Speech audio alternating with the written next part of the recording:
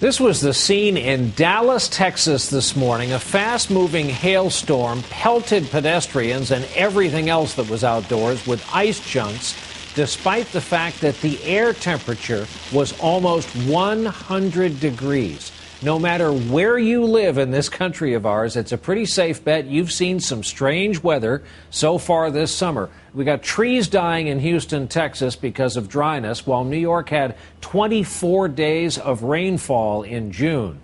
While we learned today that the weather phenomenon called El Nino is back, is it enough to blame for the strange weather? We thought we would ask our chief environmental affairs correspondent, Ann Thompson, who's with us. We just need some answers here. And I wish I had them for you. And I asked people who know a lot more than I did, the scientists down at the Climate Prediction Center in Maryland, and they tell me that no, El Nino is just forming. It's not to blame for the fact that we haven't had much of a summer here in New York, and they're baking in Texas. What El Nino is going to do, Brian, it's going to impact our weather in the late fall and in the winter.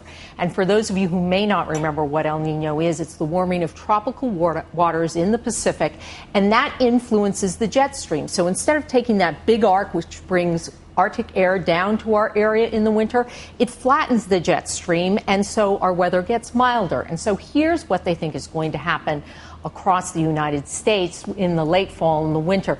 You see, we're going to have wetter weather down from Texas all the way to the Carolinas. In the Pacific Northwest to Minnesota and up to Alaska, it's going to be milder.